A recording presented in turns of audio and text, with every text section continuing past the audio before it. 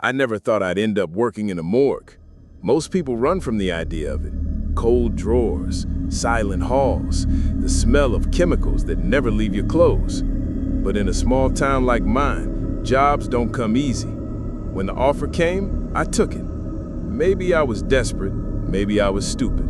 Either way, I walked into that place like I was walking into a cage I didn't see yet. The morgue sat at the edge of town, away from houses, away from life. An old brick building with peeling paint and barred windows. It looked more like an abandoned asylum than a workplace. My first night there was cold, too cold. The kind of cold that crawls under your skin even though the air outside was warm. When I walked through the doors, the first thing I noticed was the silence. Not just quiet, silence that felt alive, like the walls were listening.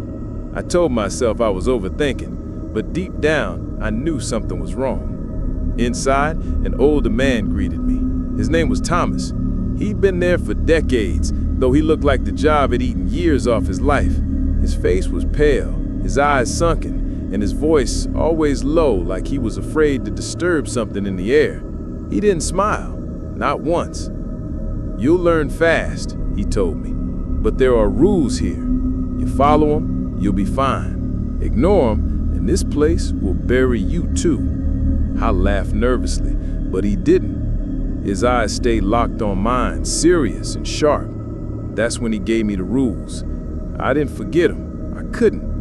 Rule 1, never leave a drawer open after midnight. Rule 2, never speak back when the dead whisper. Rule 3, never let the same body call your name twice. At first I thought he was messing with me, some twisted morgue humor.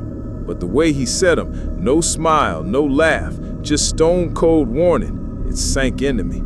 Still I brushed it off. Rules like that felt like ghost stories parents tell their kids. The tour of the building didn't help. The hall stretched long and narrow, with lights that flickered like they were tired of staying alive. The autopsy room smelled of disinfectant and old copper. Then came the cold storage. The air hit me like a knife. Rows of steel drawers lined the walls, each one holding someone who had once walked these same streets.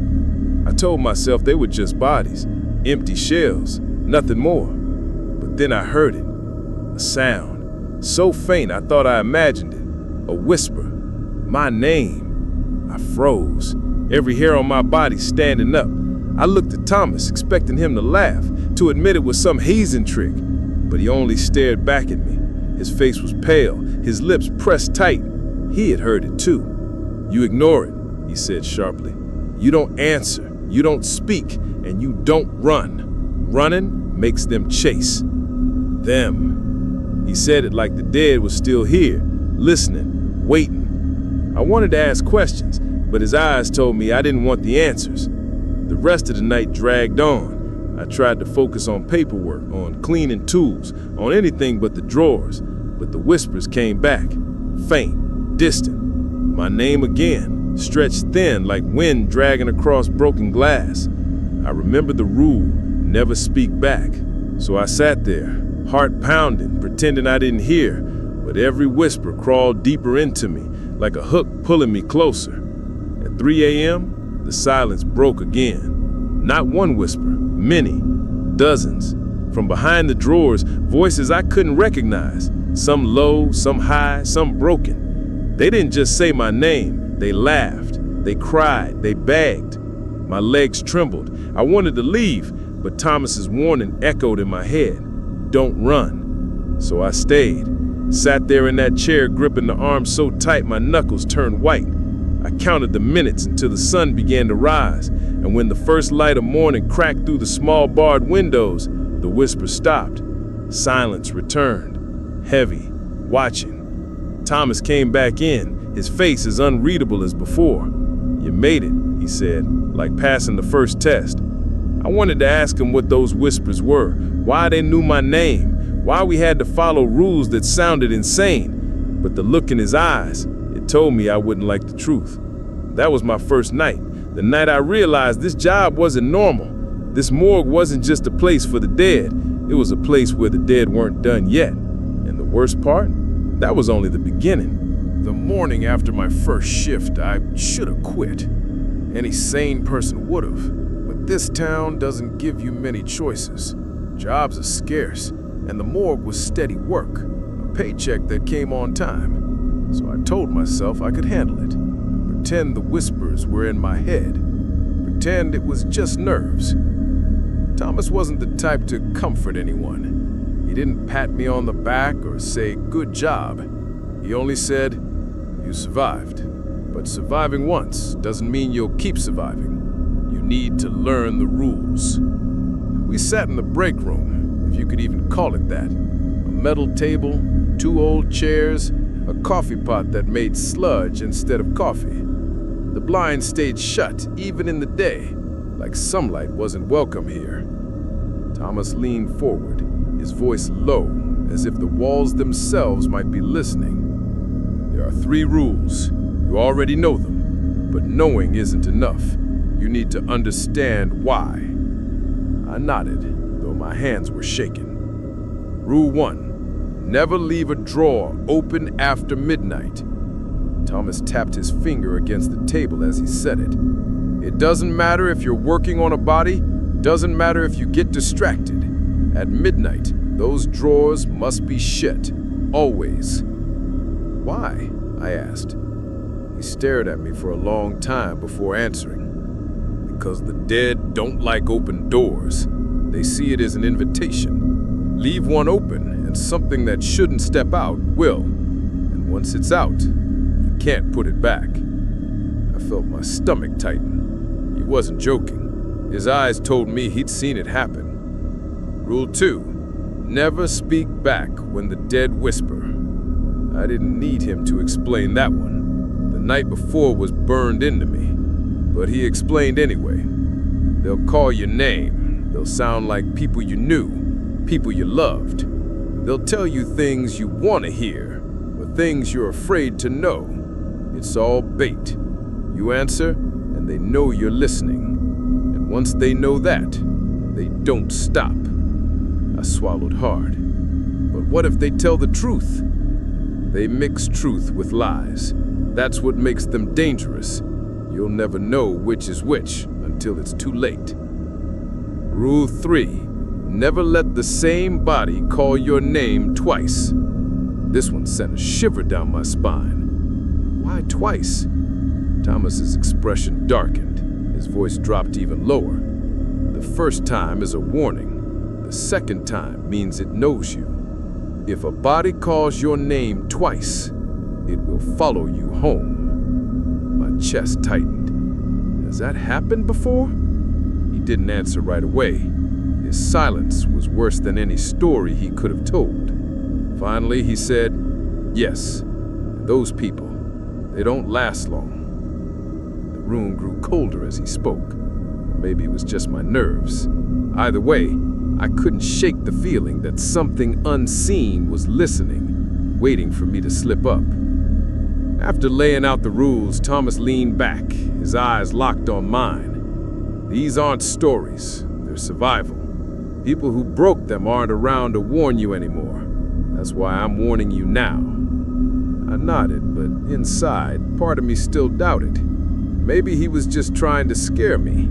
Maybe it was a twisted way to keep rookies in line. I wanted to believe that, but deep down, the memory of those whispers wouldn't let me. Later that night, I had my second shift. This time, Thomas left me alone sooner.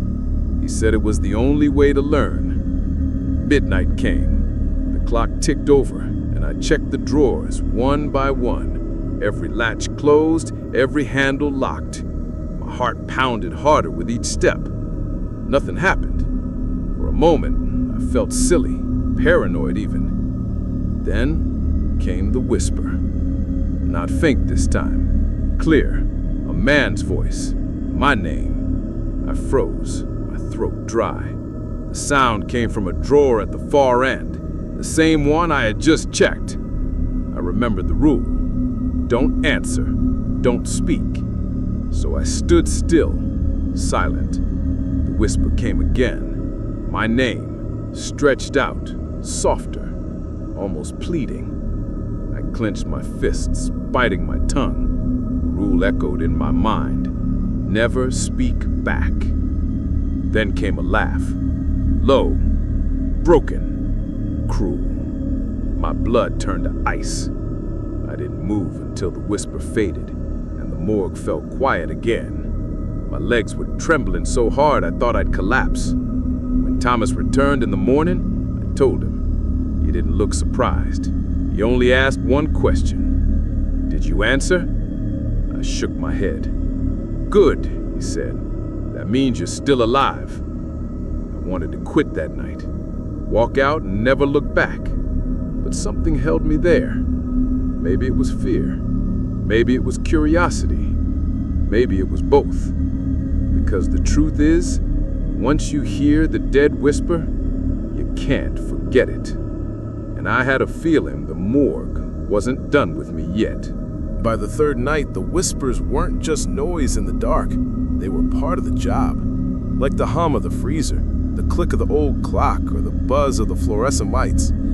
Only the whispers weren't supposed to be there. I kept telling myself I could handle it, that the rules were enough. But nothing prepares you for the moment when the dead stop being a shadow in your mind and start feeling real. It happened after midnight. I just finished checking the drawers, every handle shut, every latch locked. I sat at the desk scribbling notes I didn't care about, just to keep busy. That's when I heard it. Daniel. My name. Not faint this time, not distant, close, clear. I froze. My pen slipped from my fingers and clattered against the desk. I stared at the drawers, my breath stuck in my throat. The voice came again, whispering softer now. Daniel. It was different from the others I'd heard before. This one didn't sound broken or cruel. It sounded human, familiar even. My chest tightened, because I knew that voice. I whispered to myself, no, it can't be. But it was. The voice belonged to my cousin, Mark. He had died 3 years ago in a car accident. The rule burned in my head, never speak back when the dead whisper. But hearing Mark's voice was like ripping open an old wound. He had been like a brother to me. Losing him had nearly broken me. And now here he was, calling my name. I gripped the arms of the chair, my knuckles white. Every part of me wanted to answer. Just once, just to know if it was really him. But Thomas's warning echoed in my mind. They'll sound like people you knew. They'll bait you. Don't fall for it. The voice shifted. It wasn't a whisper anymore. It was a plea. Help me.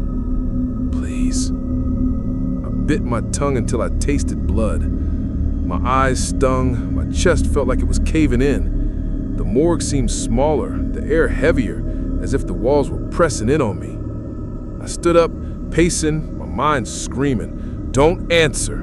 Don't speak back. But the voice kept calling. My name again, over and over, each time softer, sadder. Finally it stopped. Silence.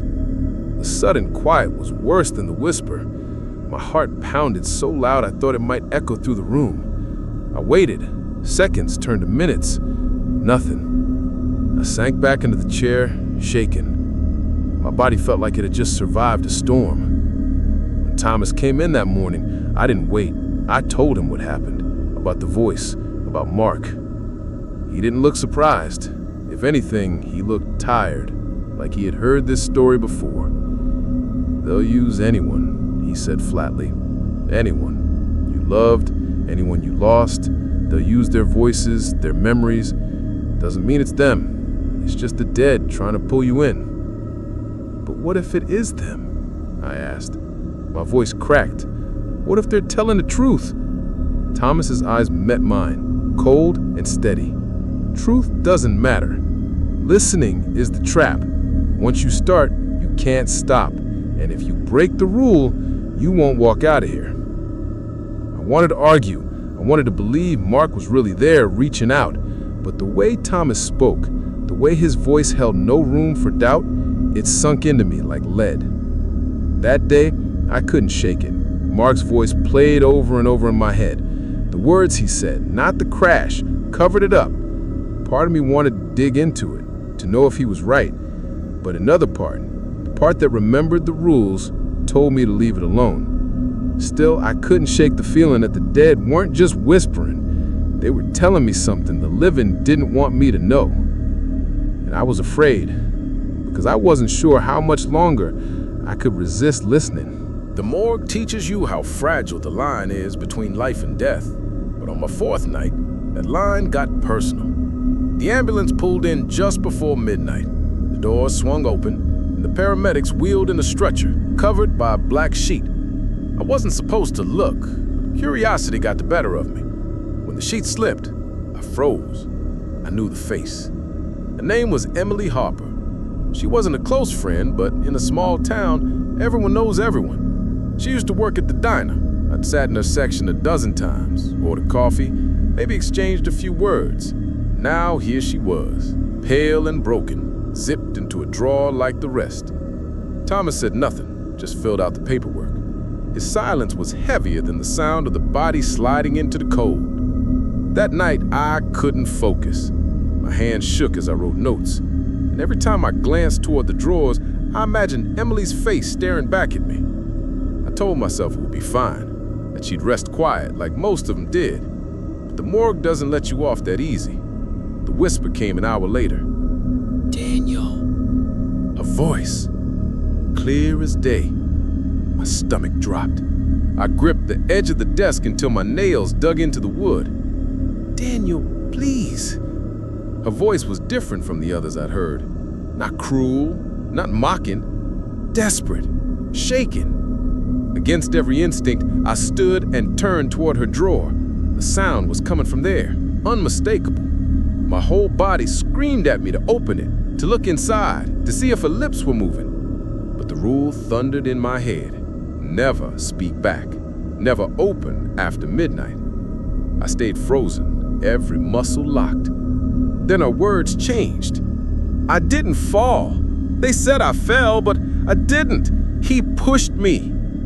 My chest tightened. She hadn't died from an accident? That's what the official report had said. An accidental fall by the riverbank. But her voice, if it was hers, was saying something else. Something darker. I shook my head, whispering to myself, "No, it's not real. Don't listen." But she kept going. "Please, tell them. Tell my sister. Don't let him get away with it." Tears burned my eyes. I didn't even know why. Emily wasn't family, she wasn't a best friend, but hearing her voice begging from behind cold steel tore at me in a way I couldn't explain. I wanted to answer, just once, just to say, "I hear you," but I didn't. My jaw clenched so tight it hurt. I turned my back to the drawers, staring at the clock. I counted every second until the whisper stopped. The silence that followed was worse. My heart pounded so hard I thought it would wake the dead. Maybe it already had. When the sun rose, the whispers finally faded. The morgue looked normal again, just another day at work. But I couldn't shake Emily's words. He pushed me. That morning when Thomas came in, I asked him straight, "What happens if the whispers tell you something real? What if it's the truth?" He looked at me, his face like stone. "Truth doesn't matter in this place. You listen too close, you're already gone." "But what if someone really was murdered?" I pressed. His jaw tightened and his voice dropped low. "That's for the living to figure out. Not you, not here." I wanted to argue, but one look at his face shut me down. There was fear in his eyes, not anger, fear. That day I couldn't let it go. I thought about Emily nonstop. Her sister lived just a few blocks from me. What if I told her what I heard? What if she deserved to know? But then the rule echoed again. Never speak back, never give them power. By the time I came back from my next shift, I was exhausted. My head felt heavy, like I was dragging her voice around with me. The morgue was quiet, but I didn't trust it. I kept expecting to hear her again. That night I realized something. The whispers weren't just voices, they were stories, secrets. And if they could tell me about Emily, what else could they reveal? And worse, How long could I resist listening before one of them finally broke me? By my 5th night, I thought I was getting stronger. I had survived Emily's whispers, survived hearing my dead cousin's voice. I told myself I was learning how to block them out, but that night proved I was wrong. The morgue doesn't just test you once, it pushes until you break. Thomas said it plainly before he left. Tonight, you're alone. No backup, no excuses. If you can't handle the silence here, you won't last. The way he said silence made my stomach twist, because in the morgue, silence doesn't mean peace. Silence means waiting. The hours dragged. I checked the drawers, wrote my notes, paced the room. Midnight struck, and the air shifted like it always did. Heavier, colder, like the building itself exhaled. At first, nothing happened. Just the hum of the freezers. My heartbeat slowed. I almost convinced myself it would be an easy night. Then the whispers came. Not one voice, many, all at once. They rose from the drawers like smoke, layered, tangled, impossible to separate. Men, women, children. Some cried, some laughed, some hissed words I couldn't understand. I covered my ears, but it didn't help. The voices weren't just in the room, they were in my head, crawling through my thoughts, filling every corner. Then it got worse. They started saying my name. Not one drawer, not two, dozens, all of them. Daniel, Daniel, Daniel, overlapping, crashing together until it felt like the walls were shaking. I stumbled back, my hands pressed hard against my ears. My breath came in sharp gasps. The rules echoed in my mind. Never speak back. Never let the same body call your name twice. But how could I follow that when they were all saying it? My name was bouncing off every surface, off every wall inside me. The temptation hit hard. I wanted to scream at them, tell them to shut up, tell them to stop. My mouth opened, but I snapped it shut before the words escaped. I gripped the edge of the desk, nails digging into the wood, my tongue pressed against my teeth, fighting to stay silent. My body shook with the effort. The whispers grew crueler. Some voices mocked me. Some begged. Some whispered secrets I should never know. We saw you cry when he died. You'll end up here too. She lied to you. My heart pounded so loud it almost drowned them out. Almost. Then one voice cut through the noise. Clear, sharp, familiar. Daniel? Emily's voice. I froze. The rest of the whispers faded into a background hum, but hers rang out like a bell, calm, certain. Daniel, open the drawer. My knees went weak.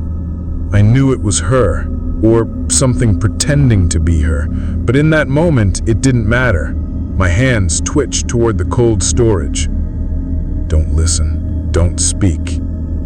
I squeezed my eyes shut. I bit down on my lips so hard I tasted blood. The whispers didn't stop. More drawers joined in again, rising louder and louder. The morgue shook with their voices, and I thought I might lose my mind. But I stayed silent.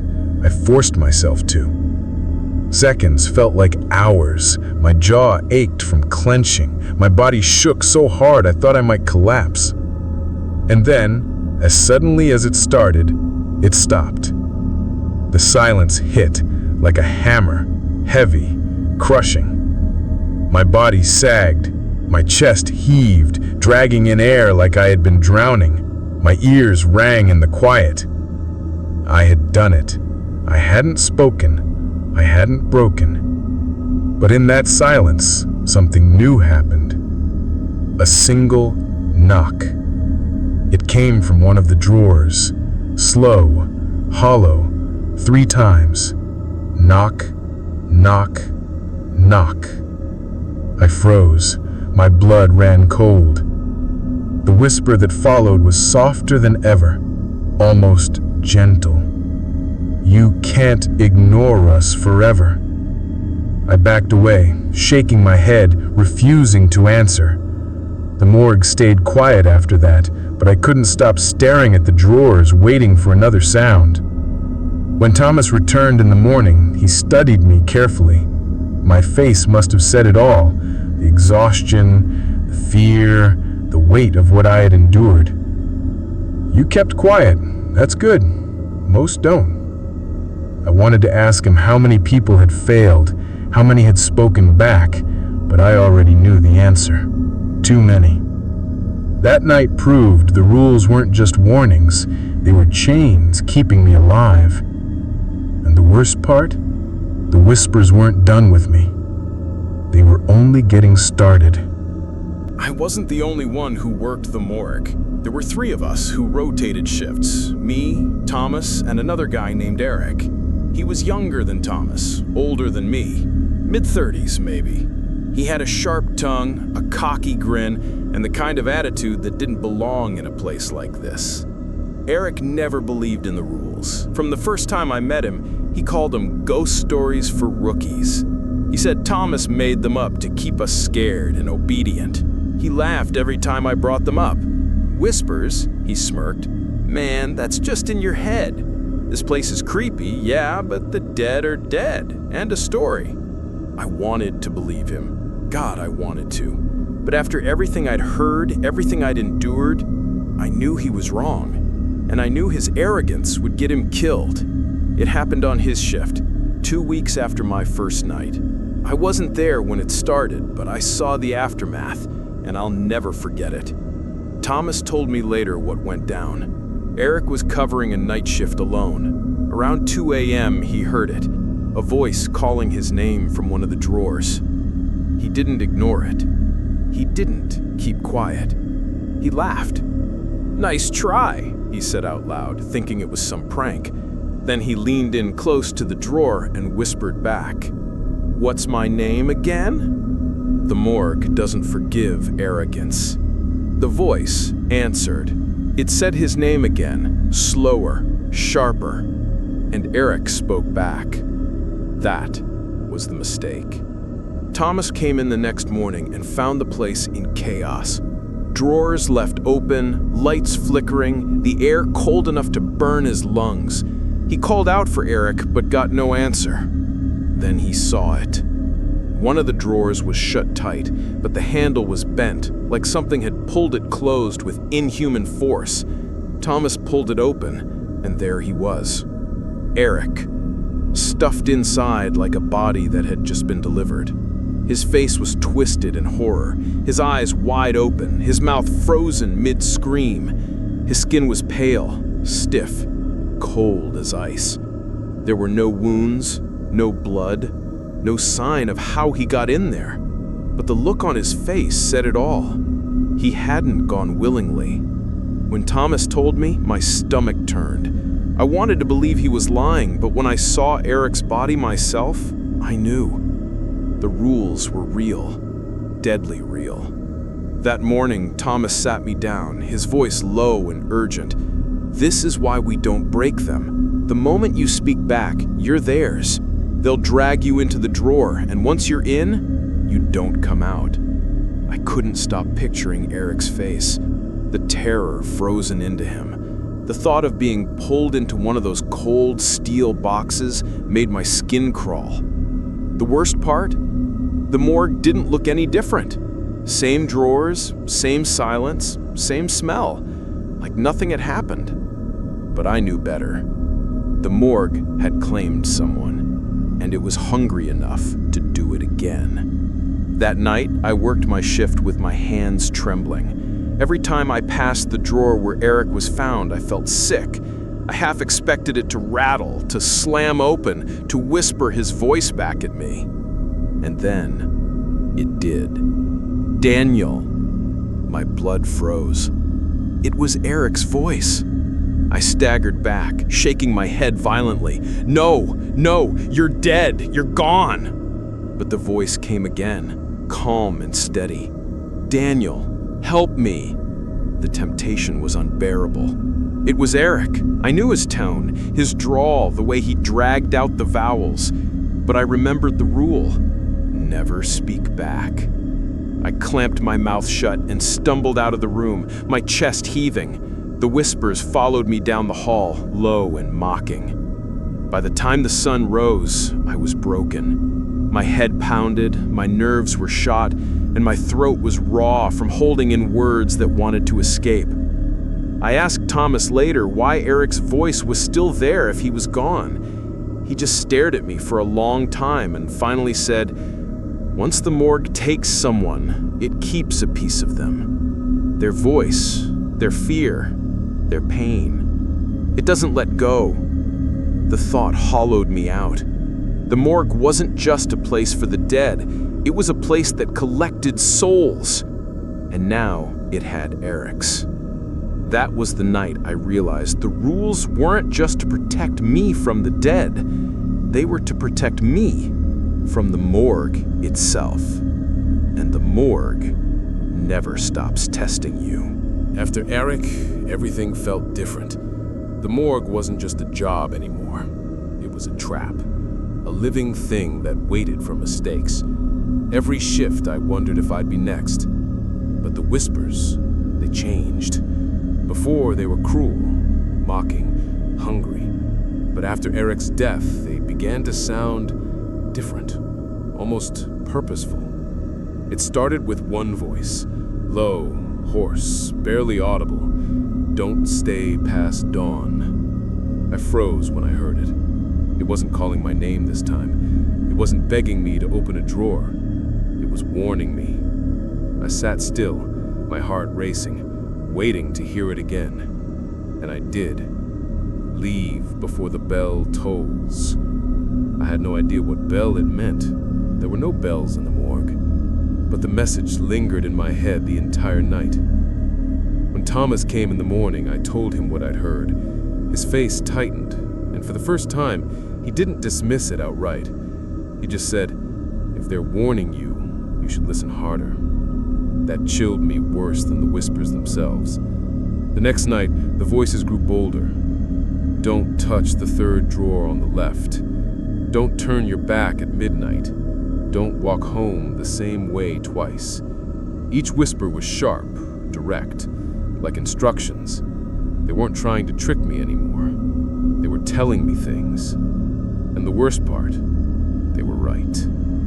That night, just before midnight, I nearly left the third drawer cracked while I cleaned tools. A sudden chill swept the room, and I heard the whisper again.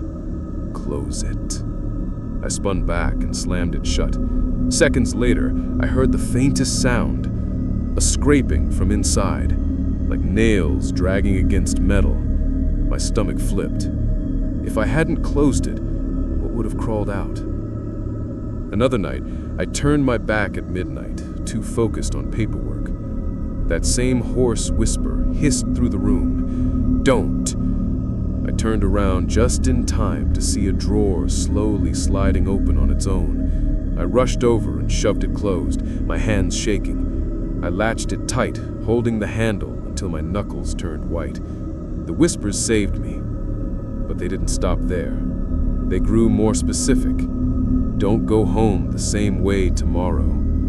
I thought it was nonsense until the next morning. I ignored the warning, took my usual route home. Halfway down the street, a black car swerved onto the sidewalk, missed me by inches. The driver never stopped, just sped off like I didn't exist. My knees buckled, and I staggered to the curb. My head spun. The whisper had tried to protect me. That's when my fear twisted into confusion. Were the dead trying to kill me, or were they trying to keep me alive? I couldn't ask Thomas. Not really. Every time I brought it up, he shut me down. "You don't want to know," he'd say.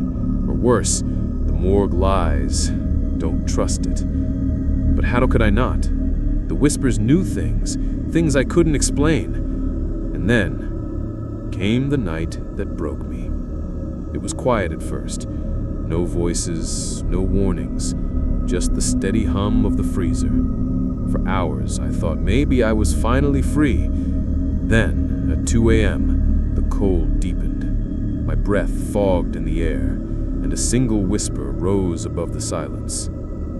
"Daniel, don't answer the door."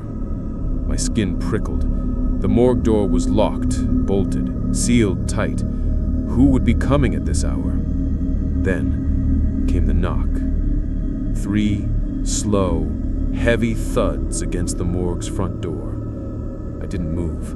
My chest tightened. My ears rang.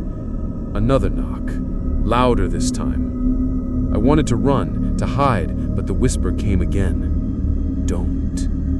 The knocking turned violent. The door rattled in its frame. Metal groaned under the weight. Whoever or whatever was out there was strong.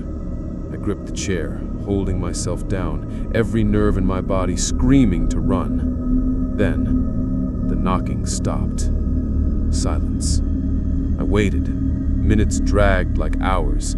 And then, faintly, from outside the door, I heard it. Eric's voice. "Daniel, let me in." My blood froze. My throat closed. I knew better. I knew it wasn't him. But hearing his voice, so clear, so close, made my whole body tremble. The whisper came again from inside the room. The hoarse one, the one that had saved me before. "Don't." So I didn't. I stayed silent. I stayed still. After what felt like forever, the sound outside faded. The cold lifted. The morgue returned to its awful, heavy quiet. I sat in that chair until the sun rose, too scared to move. When Thomas came in, I told him everything. About the warnings, about the voices saving me, about the knock at the door. His face went pale. He leaned in close, his voice sharp. "If the whispers are helping you, then you're already too close. They don't protect for free. They're binding you, making them yours." I wanted to deny it. I wanted to believe they were trying to keep me alive. But deep down, I felt it too. Every whisper I obeyed pulled me deeper into the morgue's grip. The rules had kept me alive, but now the whispers themselves were changing the game, and I couldn't tell anymore if following them meant survival or damnation. The morgue had its rules. I thought those rules belonged only inside its walls. But after Eric's death, after the warnings, I realized the truth ran deeper. The morgue wasn't just cursed, the town was. It started small. I overheard people talking at the diner one morning after a shift. 2 old men whispered over their coffee, voices low. "Another one quick," one said. "Didn't even last a week," the other replied.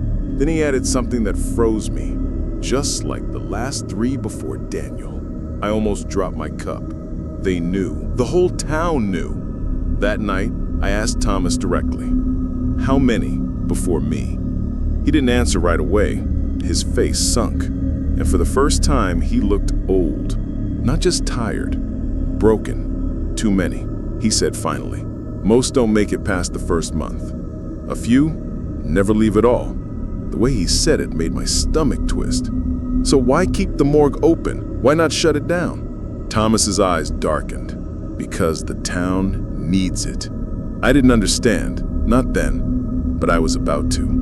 Over the next week, I started digging. When I wasn't at the morgue, I was at the library, the archives, anywhere old records were kept. And what I found made my blood run cold.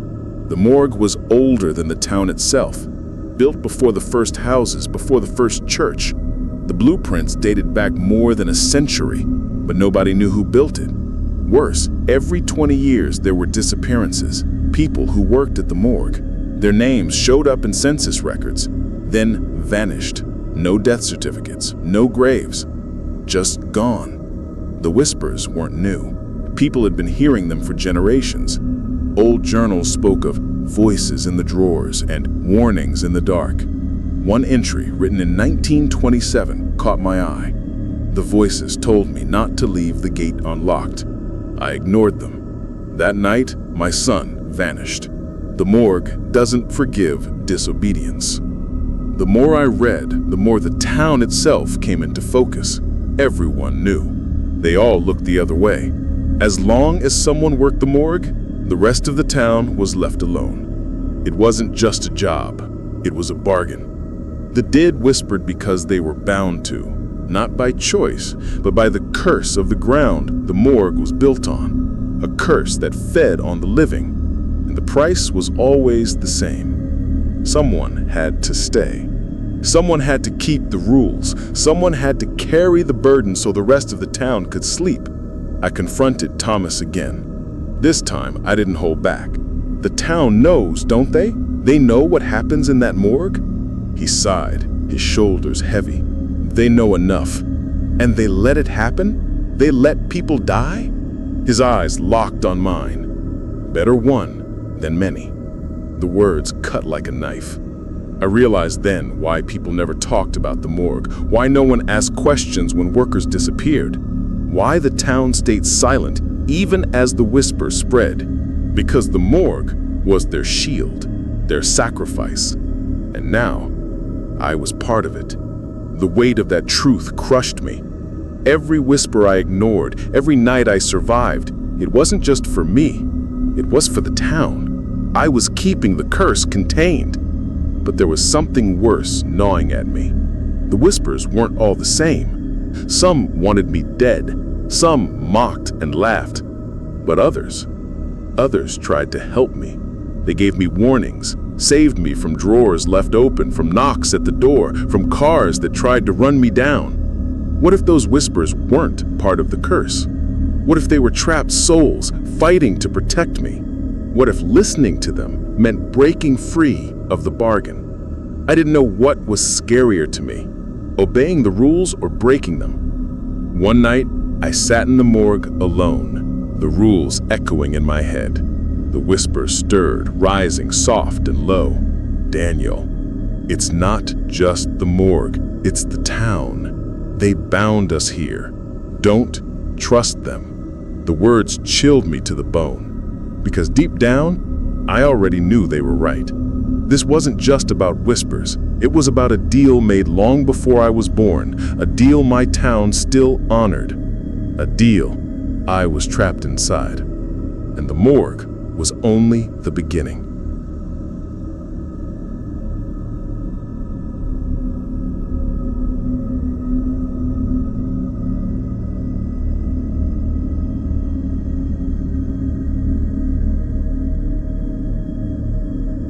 By the 9th night, the rules felt less like protection and more like a cage. I had obeyed every warning, every command, every whisper of survival. But the more I listened, the more I realized something. The morgue wasn't just testing me, it was controlling me. And then came the whisper I couldn't ignore. It was late, past 2 a.m. The room was heavy with silence, and I sat at the desk, half asleep, my eyes burning. Then I heard it. Daniel. Soft, gentle, not cruel, not mocking. It was my mother's voice. My throat tightened. She had died when I was a teenager. Cancer took her slow, piece by piece. I hadn't heard her voice in years, not outside of old recordings. And now, here it was, alive, warm, and tender. My chest ached, my eyes filled. I whispered to myself, "Don't listen, don't answer." But the voice didn't stop. "Daniel, I'm proud of you." Tears spilled down my cheeks, my whole body shook. It sounded so real, so human. Then came the words that shattered me. "You don't have to be afraid anymore." I broke. Against every warning, every rule, every ounce of reason, I whispered back. Just 2 words. "Mom?" The morgue reacted instantly.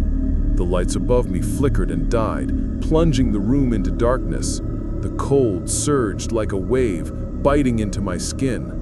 The drawers rattled, metal clanging, as if something inside was thrashing to get out. I staggered to my feet, my breath sharp in the freezing air. No, please." The voice returned, but it wasn't soft anymore. It was sharp, jagged, wrong. Daniel, open the drawer. I shook my head violently. No! The voice grew louder, harsher, twisting into something inhuman. Open it! The drawers around me slammed open and shut on their own, the sound deafening. I backed into the wall, my heart hammering. My mother's voice dissolved into a scream that tore through the room, high and shrill like metal scraping against glass. The morgue was alive now, every corner vibrating with fury. I bolted for the door, but it slammed shut on its own, the lock clicking into place. I was trapped. The whispers turned into a chorus, dozens of voices, all screaming, all demanding, "Open it! Speak! Answer us!" I clamped my hands over my ears, but it didn't help. The sound wasn't in the room anymore. It was in my head. The lights flickered back on for a second, and what I saw made my stomach drop. The drawers weren't just rattling, they were opening, slowly, one by one. I stumbled backward, shaking my head, whispering to myself, "This isn't real, this isn't real." But it was. The first drawer slid open fully, and I saw a pale hand slip out, fingers twitching. Another drawer opened, a face peering through the gap, its mouth wide in a silent scream. My vision blurred, my chest tightened. I couldn't breathe. The whispers grew louder. "You broke the rules! You're ours!" I dropped to my knees, sobbing, begging, "Please, I didn't mean it, please!" Then just as suddenly as it started, everything stopped. The drawers slammed shut at once, the lights steadied, the voices cut off, leaving only silence. I sat there on the floor, shaking, drenched in sweat and tears. My breath came in ragged gasps. I had broken the rule. I had spoken back, and somehow I was still alive. But I knew the morgue wasn't done with me, because when I stumbled out into the hallway, pale and trembling, I heard it again, a whisper, low and steady, following me into the dark. "You're ours now, Daniel." I didn't answer. I couldn't. But deep down, I knew the truth. Breaking the rules didn't kill me. It had bound me.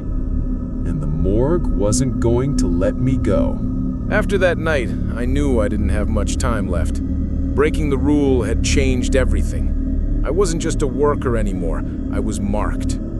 The morgue followed me home. It started small, whispers in the corner of my room when I tried to sleep, my name echoing faintly in the hum of the refrigerator, cold air drifting through the house even when the windows were shut.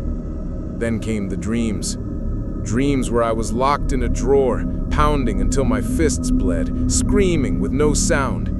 Dreams where the morgue wasn't just a building, but a mouth swallowing me whole. By the time I came back from my next shift, I felt like I was already half dead. Thomas saw it. He didn't need me to explain. He just looked at me with those hollow eyes and said, "You spoke back, didn't you?" I didn't answer, but my silence told him everything. His face hardened. "Then this will be your last shift." I wanted to ask what he meant, but I couldn't find the words. My throat was too tight. That night, the morgue was different. The air was heavier, colder. The silence wasn't waiting anymore. It was ready. The whispers began before midnight. Not one voice, not two, all of them, rising together in a single unified chorus. Daniel. The sound shook the walls, rattled the lights. My name thundered from every drawer, every corner. I clamped my hands over my ears, but it didn't help. The voices weren't outside anymore. They were inside me, crawling under my skin, flooding my head. Then the whispers shifted. They weren't just calling me. They were giving me a command. Choose. My stomach dropped. Choose what? I whispered, my voice trembling. The drawers slammed open at once, metal screeching. The morgue roared with voices. Choose!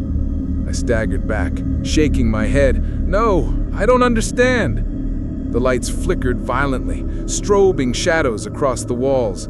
The whispers grew sharper, more violent. One stays, one leaves. My chest tightened. I realized what they meant. The bargain, the curse, the cycle that kept the town safe. Someone had to remain. Someone had to obey the rules. If I left, the morgue would take someone else. Maybe Thomas, maybe a new worker, maybe someone in town. If I stayed, I'd never leave. My legs shook, my vision blurred. I didn't want to die here. I didn't want to be swallowed like Eric, but I also couldn't condemn someone else to this hell. The whispers pressed harder, louder. Choose, choose, choose. I fell to my knees, clutching my head. My voice cracked. I can't! I can't! The room shook. Drawers slammed open and shut. Cold air rushed in, waves, searing my skin. And then I heard one voice, cutting through the chaos, the hoarse whisper that had warned me before. Leave. It was quiet, almost gentle, but certain. I shook my head, tears streaming down my face. If I leave, someone else. Leave, it hissed, stronger now. The rest of the voices screamed over it. Stay! Stay! Stay!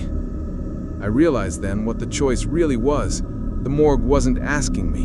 It was tricking me. It wanted me to stay, to be bound forever. But that one whisper, the one that had saved me before, wanted me gone. I staggered to my feet, my body weak, my mind breaking. The door at the end of the hall creaked open on its own, light spilling through. An exit.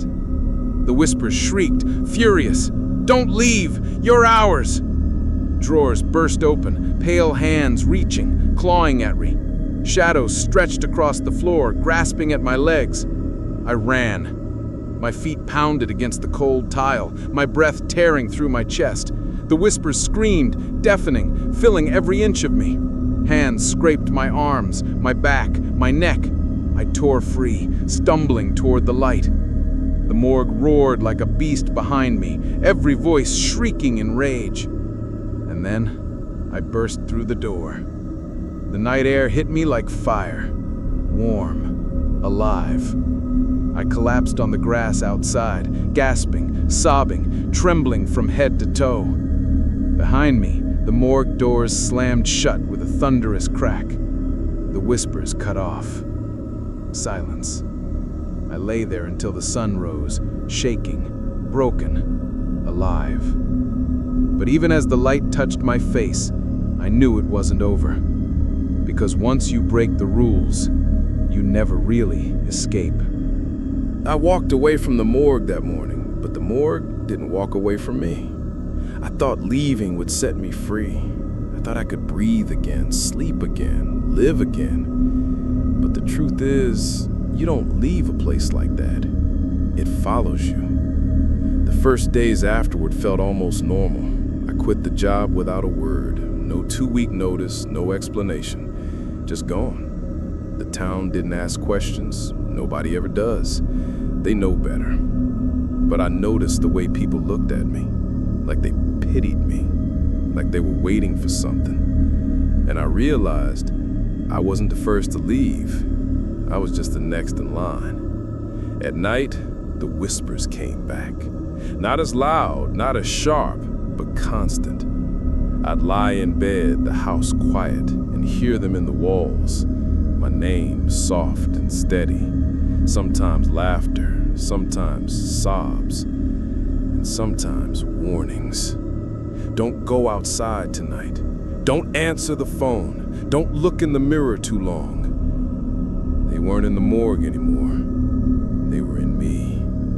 I tried ignoring them, pretending they were dreams, stress, leftover echoes in my head. But when I ignored the first warning, I almost died. The whisper said, "Don't drive tonight." I ignored it. I had errands, things to do, anything to feel normal again. 10 minutes down the road, a truck blew through a red light and nearly crushed me. I swerved just in time, the horn screaming past me, the headlights burning my eyes. When I pulled over, my hand shaking on the wheel, I heard it again, a whisper, faint but certain. "We told you." That's when I knew. The rules hadn't saved me. The rules had bound me, and breaking them didn't set me free. It only tied me closer. The morgue didn't care if I was inside its walls or not. It owned me now. Thomas tried to warn me, in his own way. I saw him once more a week after I left. He looked thinner, weaker, like the job had hollowed him out completely. "You'll never outrun it," he told me. "Once you hear the whispers, you belong to them. You can quit the job, you can leave the town, but they'll follow. They always follow." I wanted to scream at him, demand answers, but deep down I knew he was right. The town doesn't keep the morgue open because it needs a place for bodies. It keeps it open because it needs someone to carry the curse. And now I was carrying it with me. I don't know how long I'll last. Every day the whispers grow louder. Every night the rules get harder to follow. I find myself staring at mirrors too long, listening too closely, tempted to speak back when a familiar voice calls. And I know what happens when I slip again, because the morgue doesn't forgive. It waits. It whispers. It binds. And I don't think it will ever let me go. So if you're hearing this, if you've made it through my story, listen carefully. The morgue has rules. Follow them. Obey them. Don't think you're stronger. Don't think you're smarter. Because the dead don't stop whispering. And once they know your name, they never forget it. There's a long pause, the sound of breathing. Then faintly, almost too soft to notice, another voice slips in, not mine, a whisper, clear, sharp, close. "Can you hear me?" The recording cuts to silence.